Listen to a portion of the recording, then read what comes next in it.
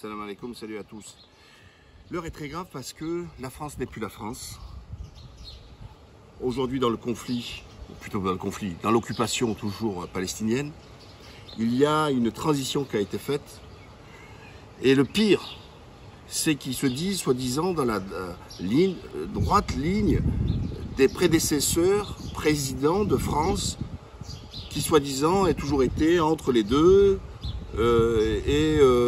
pour Israël et la Palestine. Déjà, moi, la question n'est pas être pour la Palestine ou Israël, c'est de permettre justement à des gens, un terrain qui est squatté, d'être désquatté et qu'il y ait un État palestinien. Après, ils pourront vivre côte à côte. Et quand je vois les réactions multiples, et j'y reviendrai tout à l'heure, ce sont des traîtres à De Gaulle. Ils ne sont pas dans la droite ligne de De Gaulle.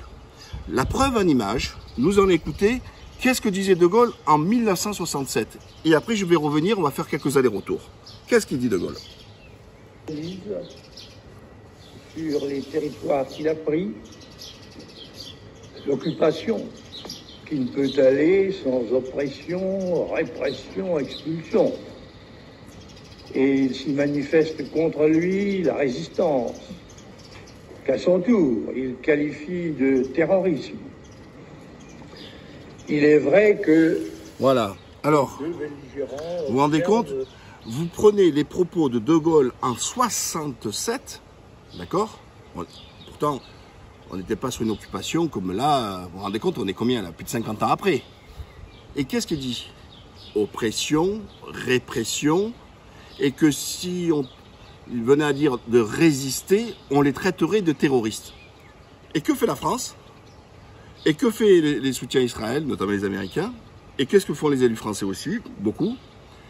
C'est, il faut protéger Israël contre le Hamas, contre les terroristes du Hamas. Et encore une fois, je le répète, qu'est-ce qu'a fait le Hamas de pire qu'Israël? Actuellement, on en est à peu près à une quarantaine d'enfants tués. C'est pas du terrorisme d'État? Les autres, combien de femmes qui sont mortes? Ce sont que des civils.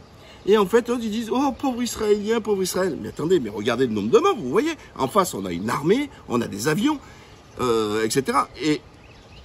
Et là, ils viennent nous sortir, j'ai vu une image humoristique, je vous la montrerai tout à l'heure, où alors, on voit les chasseurs en avion, et là, tu dis, oh, on a reçu des cailloux.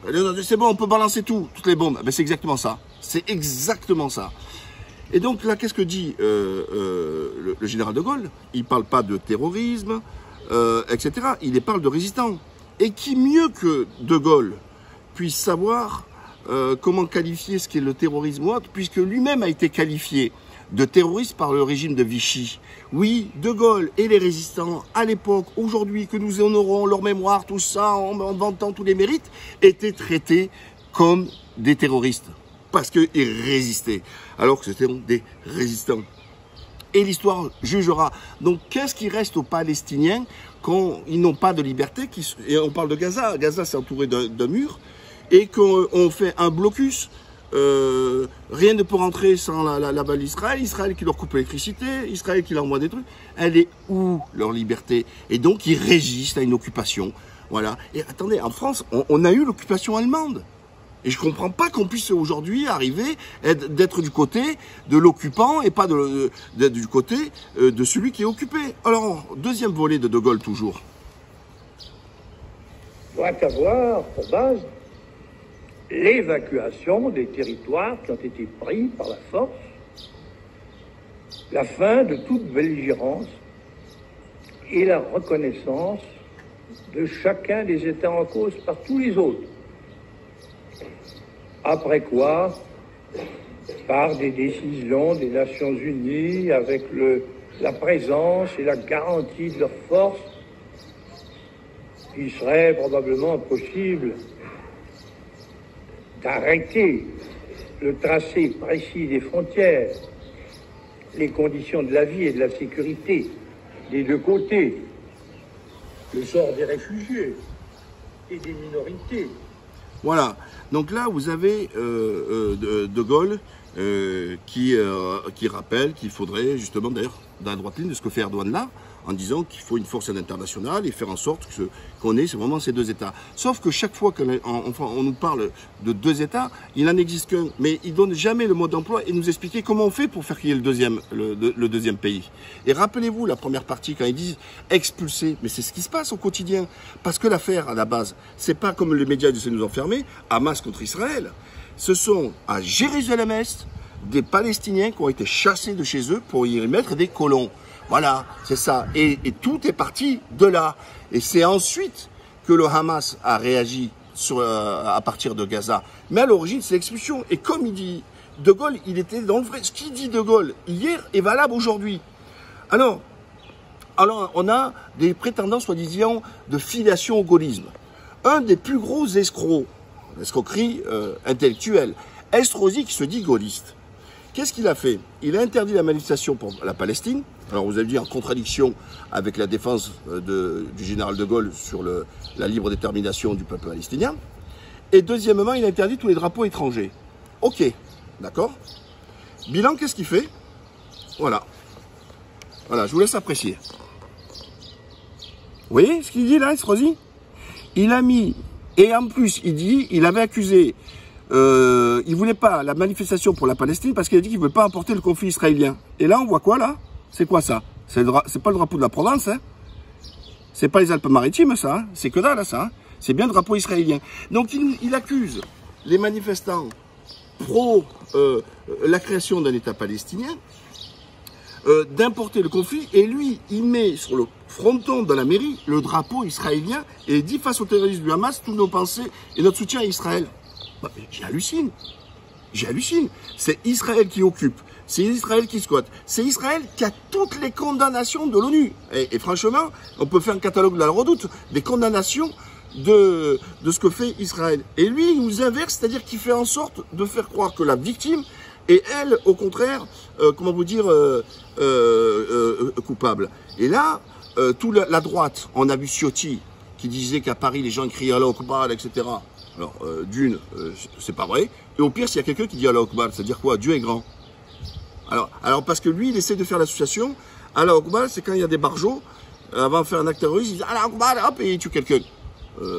Attendez, que je vous dise en français ou que je vous dise en arabe, Dieu est grand, jusqu'à maintenant, c'est pas un appel au crime, hein. C'est pas du tout une phonétique guerrière, du tout. Et on voit Ciotti comme un fou en Israël. Alors vous allez me dire, mais pourquoi un temps changement? Ben, le politique, il a besoin de quoi d'après vous? Le politique, il a besoin de médias. Et il a besoin d'argent. Voilà. Donc quand vous êtes gentil, parce que ces gens-là ne sont pas sincères dans leur démarche, hein, c'est que par opportunisme. Hein. Si vous voulez être bien vu par BFM et compagnie, et oui, il faut être bien vu par le CRIF. D'accord. Et donc il y a un changement. Et donc ces gens-là, ce sont des traîtres. Macron, on n'en parle même pas. Darmanin, on n'en parle même pas. Je vous rappelle que Darmanin, il a interdit la manifestation sur des faux prétextes, puisque tout a été démonté par Mediapart dans les propos qui étaient tenus. Et donc, le général de Gaulle, lui, il était pour un État palestinien. Le général de Gaulle condamnait déjà en amont le fait de désigner des résistants comme terroristes. Vous avez vu en première partie.